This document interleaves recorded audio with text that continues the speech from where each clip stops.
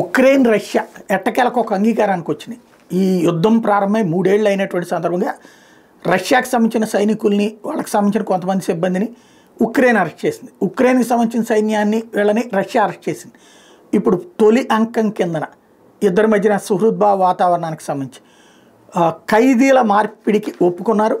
రష్యాతో యుద్ధాన్ని ముగించేందుకు ఇరు దేశాల్లోనూ మొత్తం ఖైదీల మార్పిడికి తాను సిద్ధంగా ఉన్నట్టు ఉక్రెయిన్ అధ్యక్షుడు జెలెన్స్కీ ప్రకటించారు. ఉక్రెయిన్పైకి రష్యా దండయాత్ర మొదలుపెట్టి సోమవారంతో 3 ఏళ్లు పూర్తయిన సందర్భంగా జరిగిన సమావేశంలో జెలెన్స్కీ మాట్లాడారు. యుద్ధాన్ని ముగించే ప్రయత్నంలో భాగంగా యుద్ధ ఖైదీల మార్పిడిని ఆయన ప్రతిపాదించారు.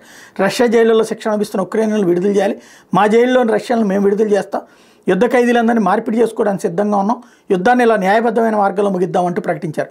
తమ దేశానికి నాటో సభ్యత్వం ఇస్తే ఉక్రెయిన్ అధ్యక్ష పదవి నుంచి వెంటనే వైదొలగడానికి సిద్ధంగా ఉన్నానని ప్రకటించిన మరుసటి రోజునే ఈ ప్రకటన చేసుకొచ్చారు. ఉక్రెయిన్ 3 ఏళ్ల ప్రతిఘటన సైనికుల పోరాట పటిమ వీరత్వాన్ని జెలెన్స్కీ ప్రశంసించారు.